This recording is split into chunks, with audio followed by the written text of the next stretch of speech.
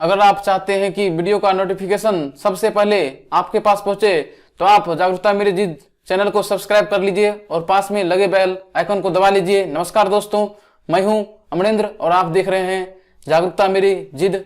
दोस्तों, इस वीडियो में हम रौलेट एक्ट के बारे में बात करेंगे। यह किस तरह हमारे देशवासियों के लिए काला कानून था, अंग्रेजों ने किस तरह दमन करना चाहा इस कानून को बनाकर, और इसका क्या इतिहास रहा, और इस काला कानून को भारतीयों ने किस तरह खदेड़ दिया। तो आप लोगों को बने रहिए, आसान भाषा में बिल्कुल बताया जाएगा।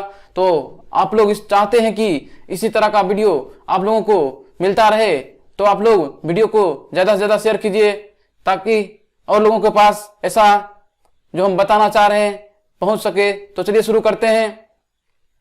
आप लोगों को मालूम होगा कि रौलेट एक्ट, जिसे काला कानून कहा जाता है, किसने कहा, कब कहा, कैसे कहा, सब कुछ आज आप लोगों को बताया जाएगा। तो आप लोग बने रहिए।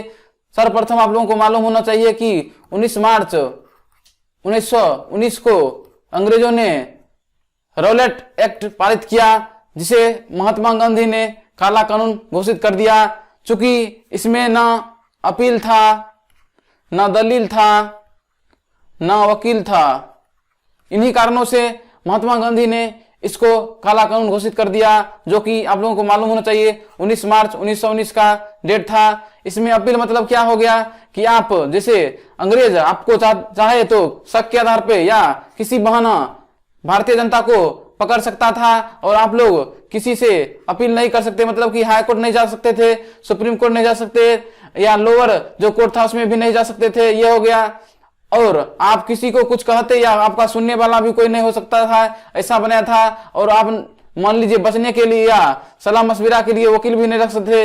इन परिस्थितियों को देखते हुए महात्मा गांधी समझ गए कि अंग्रेजों ने या किस तरह का कानून हमारे देश के ऊपर लाद रहा है, ताकि जो हमारा देश को आजाद करने का क्रांति है इसको एक दबाने का अच्छा मुहिम निकाल लिया था। लेकिन महात्मा गांधी ने अपना बुद्धि से इसको रौलेट एक्ट को काला कानून बताया और यह देश में व्याप्त हो गया। दोस्तों, इसी तरह बढ़ते गया समय और धीरे धीरे क्या हुआ, 8 अप्रैल का समय आ गया और महात्मा गांधी ने एक बहुत ही बड़ा देशव्यापी धरना प्रदर्शन करवाए थे। और आप लोग इस इमेज में देख रहे हैं, उस समय का ये इमेज है। उस समय इतना बड़ा धरना प्रदर्शन महात्मा गांधी जी के नेतृत्व में कराया गया। उसके बाद अंग्रेजों ने आग बबूला होकर महात्मा गांधी को जेल में भेज दिया, बंबई जेल में। उसके बाद 2 साथी थे सत्याग्रह जो कर रहे थे।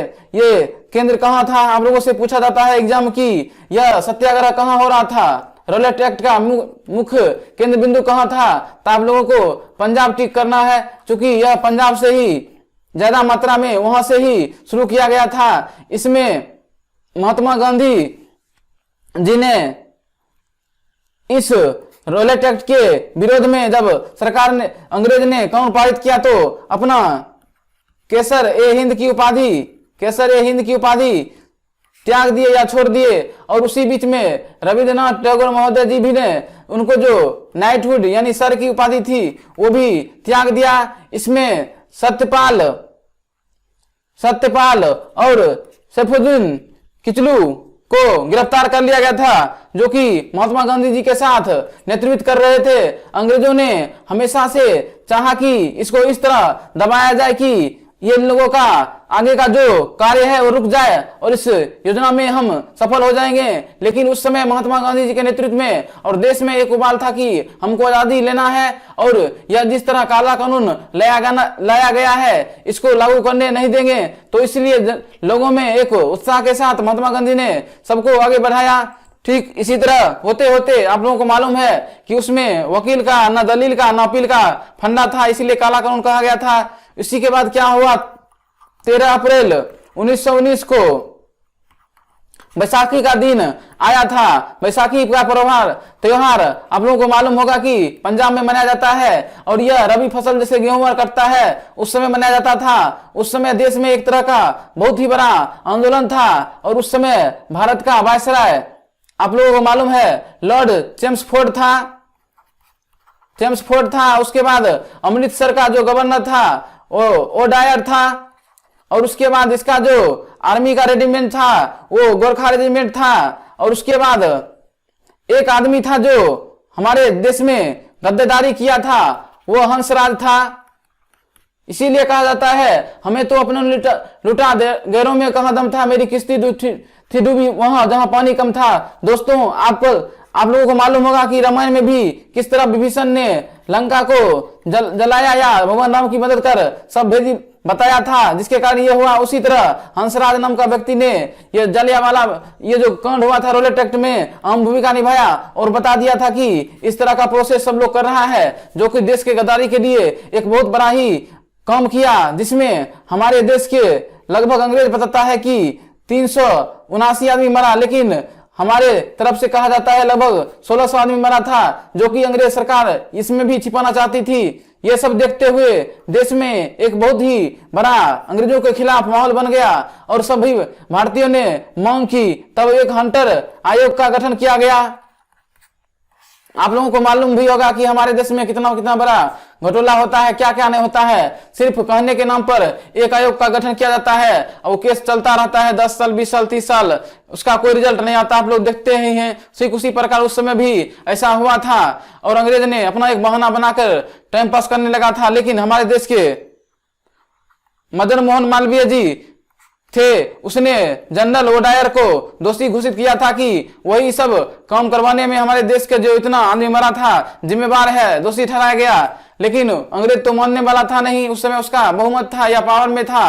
तो इस समय आप लोगों को अगर पूछा जाता है महामहोदय के नाम से किसे जाना जाता है, तो इसे महामना महोदय के नाम से महोदय के नाम से किसे जाना जाता है, तो आप लोगों को याद होना चाहिए मदन मोहन मालवीय जी को जाना जाता है। आप लोगों को जिस तरह हमने रोलेट एक्ट के बारे में बताया, किस तरह ये हमारे देश के लिए खतरा बना था और किस तरह इसका प्रोसेस हुआ, लेकिन एक आदमी ये सारा खेल को देख रहा था, वो था उधम सिंह।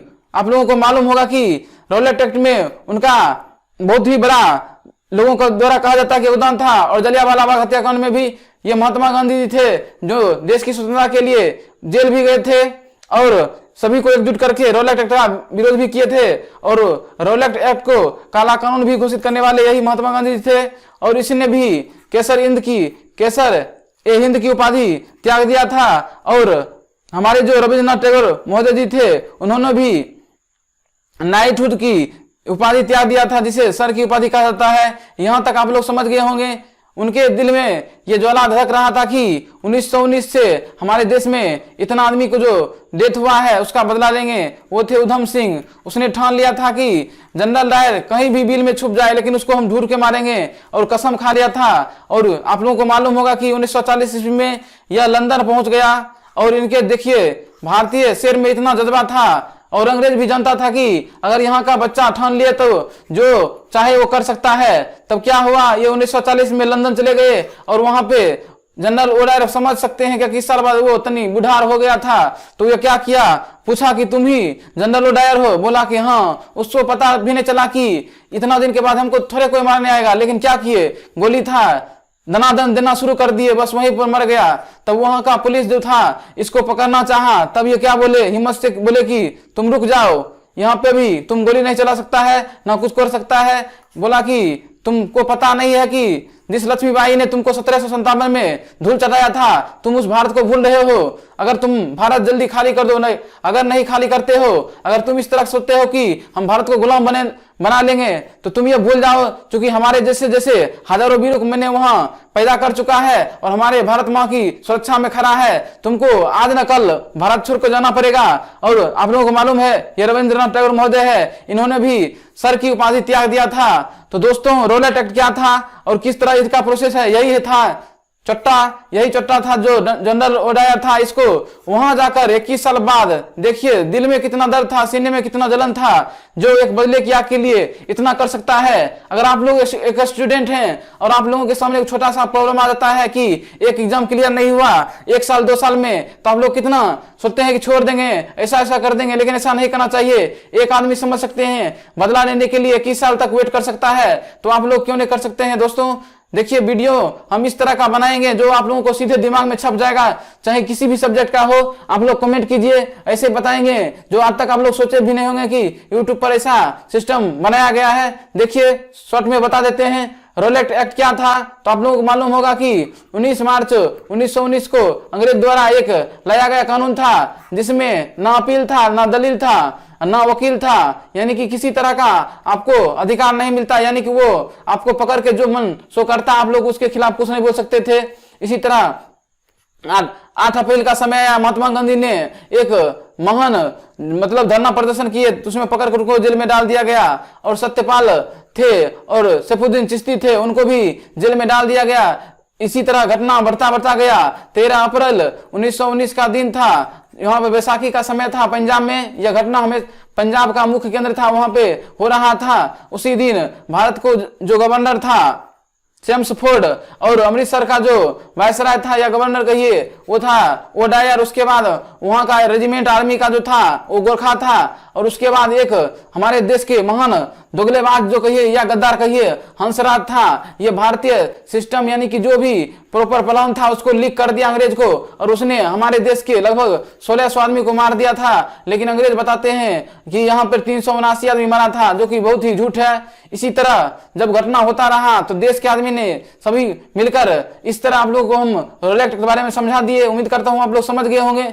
तब एक व्यक्ति जो हमेशा इसको ध्यान से देख रहा था वो था उधम सिंह। इनके सीने में आग लग चुका था कि यह दोगला ने जिस तरह हमारे देश को इतने आदमी को मारा है हम भी इसको मारेंगे। और मान लीजिए 1919 से यह व्यक्ति वेट करता रहा और 1940 ईस्वी में जाकर लंदन में जाकर उसके बोला कि कौन है जनरल डायर, बाहर निकल। उसके बाद बोला कि हम ही हैं। तो उस समय वो बूढ़ा बहुत हो चुका था, लेकिन बोला कि तुमने जो भी किया उसके लिए गोली निकाल के देना शुरू कर दिया और वहीं पे उसको सुता दिया। उसके बाद क्या हुआ, वहां पे पुलिस बहुत सारा आ गया, उसको पकड़ने लगा। तब पुलिस को बोला कि तुम सब लोग रुक जाओ। तो बोला पुलिस भी सब सोचने लगा नहीं रुकेंगे तो भी मार देगा हमको। उसके बाद क्या हुआ, तो रुक गया। तब बोला कि तुम जानते हो कि झांसी की रानी बाई लक्ष्मीबाई ने 1747 में किस तरह तुमको धूल चटाया, भूल गए क्या? अगर तुम चाहते हो कि भारत को हम गुलाम बना कर रखेंगे, तुम अपने दिमाग से यह बात निकाल दो। चूंकि भारत है, तुमको इस तरह अब इस तरह सबक सिखाया जाएगा कि तुम सोचा भी नहीं होगा। हमारे जैसा एक मारने से हमारा कुछ नहीं होगा और तुम्हारे लिए एक से एक फौज तैयार है। तब अंग्रेज को भी उस समय डर लग गया, लेकिन पता चला कि वहां पे उनको फांसी दे दी गई। तो हम सशक्त नमन करते हैं इन वीरों को जो अपनी देश की स्वतंत्रता के लिए और बलिदान दिया और देश को आजाद कराया।